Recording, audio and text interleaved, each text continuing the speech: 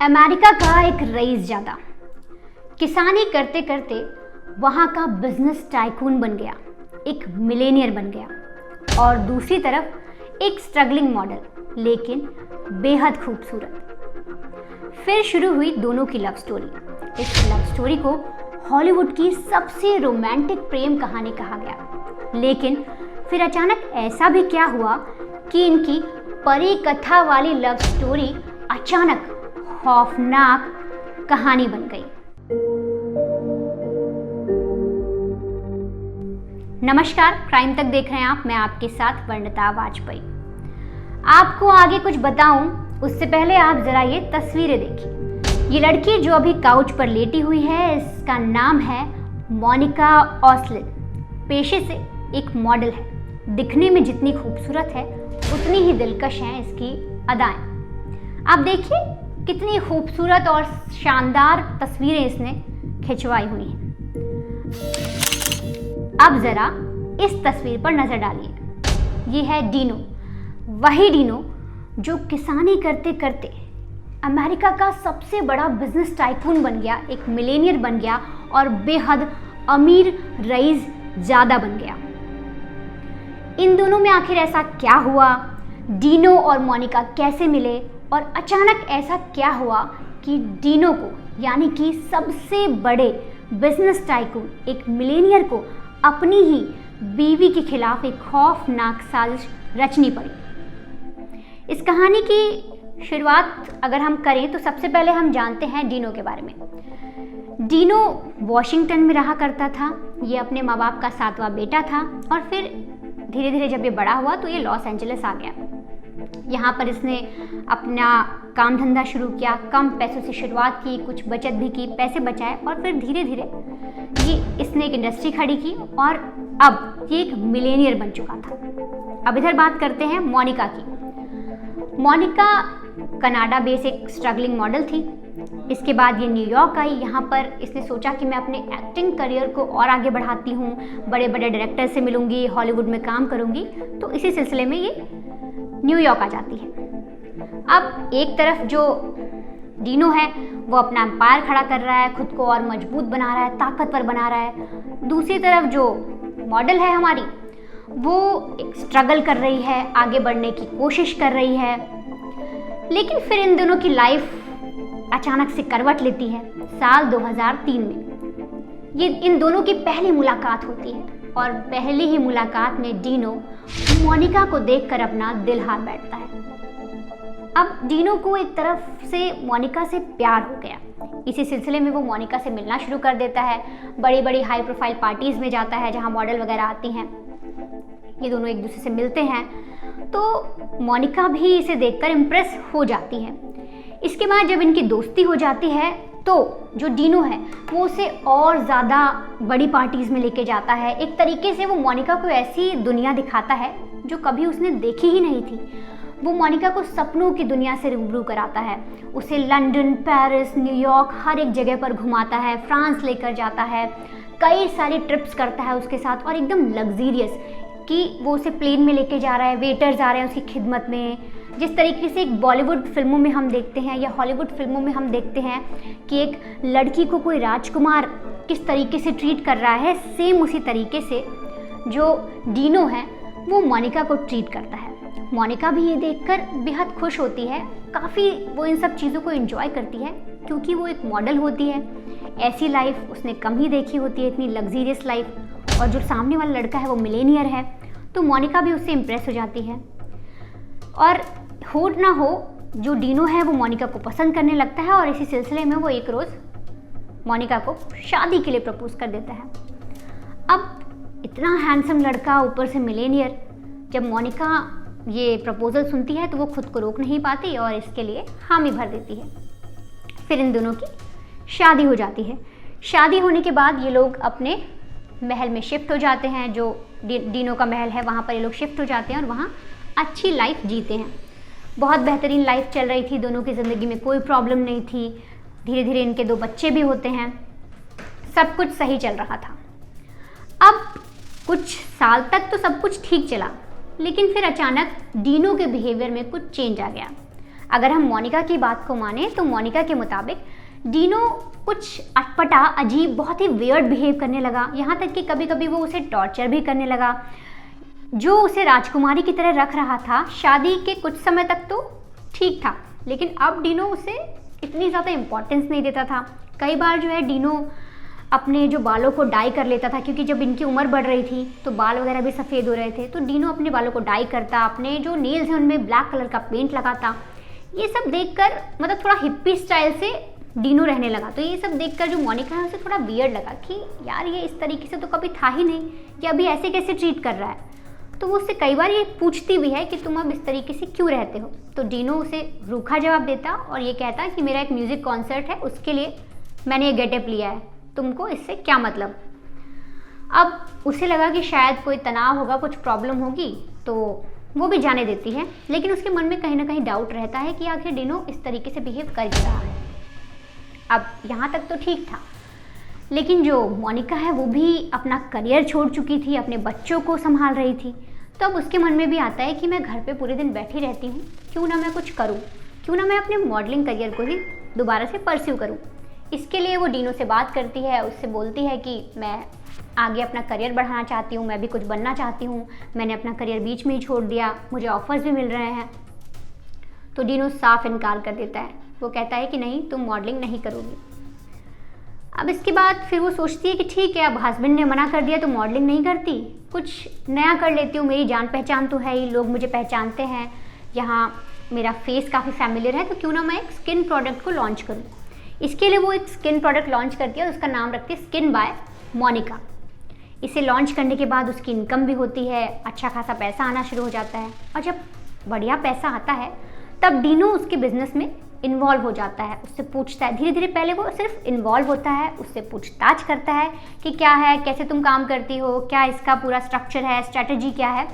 और एक समय ऐसा आता है कि डीनो उसके पूरे बिजनेस पर कंट्रोल कर लेता है, उसके अकाउंट से लेके उसका जो बैंक बैलेंस है, उसका जो भी डाटा बनता है, प्रॉफिट एंड लॉस वगैरह अकाउंट, सब चीज़ डीनो अपने हाथ में ले लेता है। और मोनिका वहाँ से भी हाथ धो बैठती है। अब मोनिका परेशान हो जाती है कि आखिर वो करे तो क्या करे। इसी सिलसिले में एक रोज़ मोनिका बाहर से जब घर आती है तो देखती है कि डीनो काफ़ी एग्रेसिव है और डीनो उससे पर एक तरीके से अटैक करने वाला है।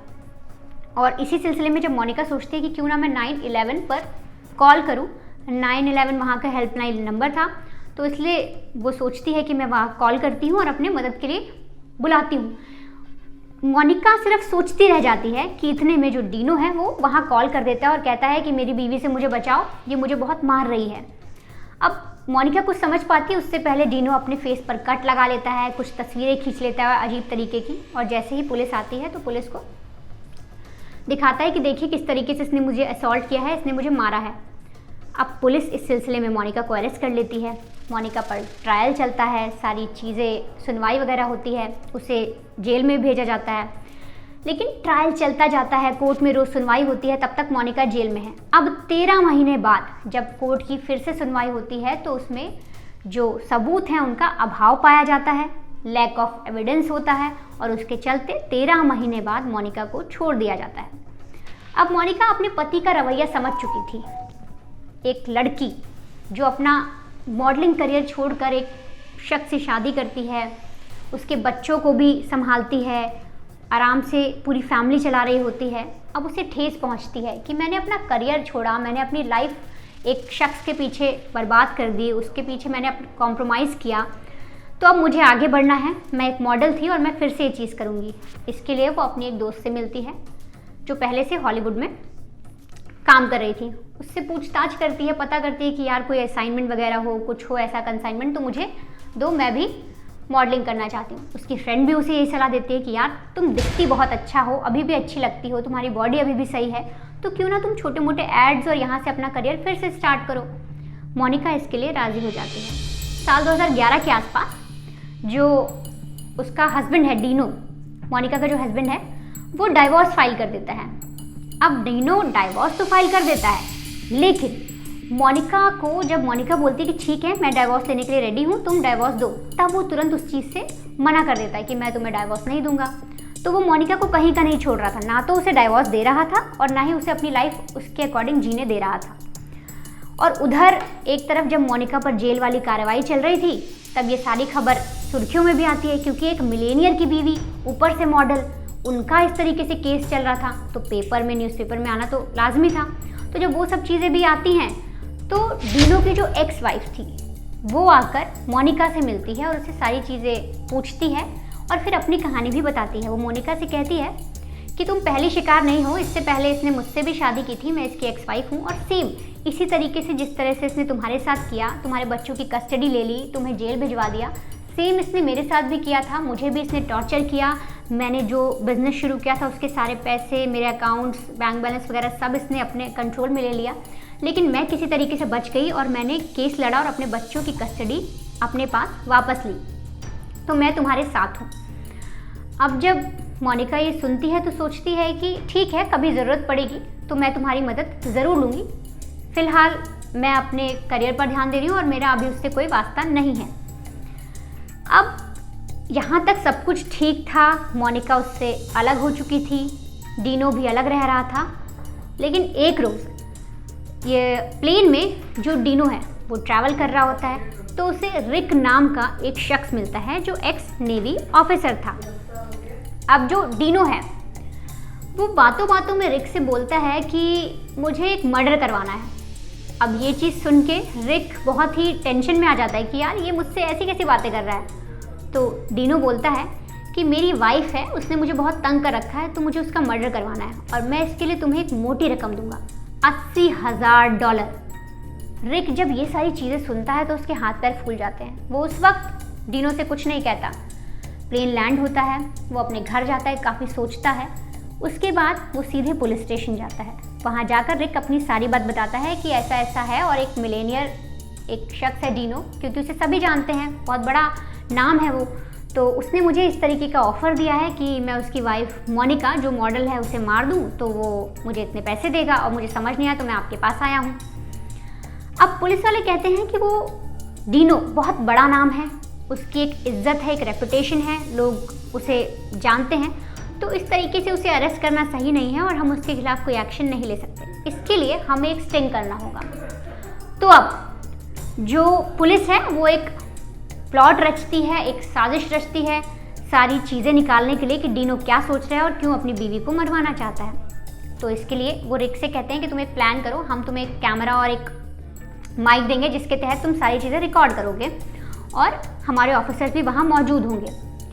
अब इसी सिलसिले में 1 अक्टूबर 2013 जो रिक है वो डीनो को कॉल करता है कि सर मैंने आपकी बात पर गौर किया और $80,000 बहुत बड़ी कीमत होती है, मैं इस पैसे के लिए कुछ भी करने को रेडी हूँ, तो आप बताइए कि आपकी बीवी कैसी है, क्या है, आप मुझे आइए, एक होटल का एड्रेस देता है, आप मुझे यहाँ मिलिए और फिर हम डिस्कस करते हैं कि आगे क्या प्लान करना है। अब डीनो भी खुश हो जाता है कि ठीक है चलो मुझे कोई मिल गया, एक सुपारी किलर टाइप मिल गया। अब ये दोनों उस डेस्टिनेशन पर पहुंच जाते हैं। अब रिक को तो पता था कि वो एक पुलिस वालों के लिए काम कर रहा है, पुलिस की हेल्प कर रहा है, पुलिस वालों ने उसे माइक और वो दिया है, कैमरा दिया है स्टिंग करने के लिए, तो वो पूरे धड़ल्ले से एकदम खुलेआम बात करता है उससे कि आप मुझे अपनी बीवी की फ़ोटो दिखाइए, किस तरीके से कैसे मारना है, आपकी बीवी क्या करती है, कैसे कैसे मिलेगी, मुझे क्या किस तरीके से रेकी करनी होगी, ये हर एक चीज़ रिक उसको बोलता है डीनो को।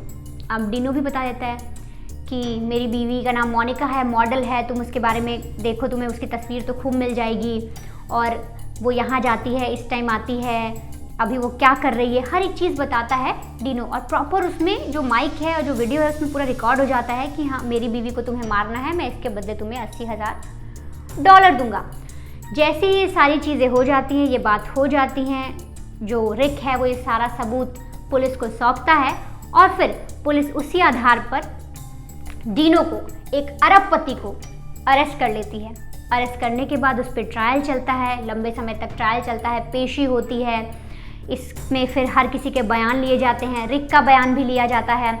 जो मोनिका ऑस्लिन है, जो मॉडल है जिसको मारने के लिए डीनो ने ये पूरी साजिश रची, उसका बयान लिया जाता है। वो सारी चीज़ें समझाती है कि किस किस तरीके से इसने मुझे टॉर्चर किया, मेरा बिजनेस हड़प लिया, मुझे मॉडलिंग नहीं करने दी और अब ये मुझे मारने की साजिश रच रहा है।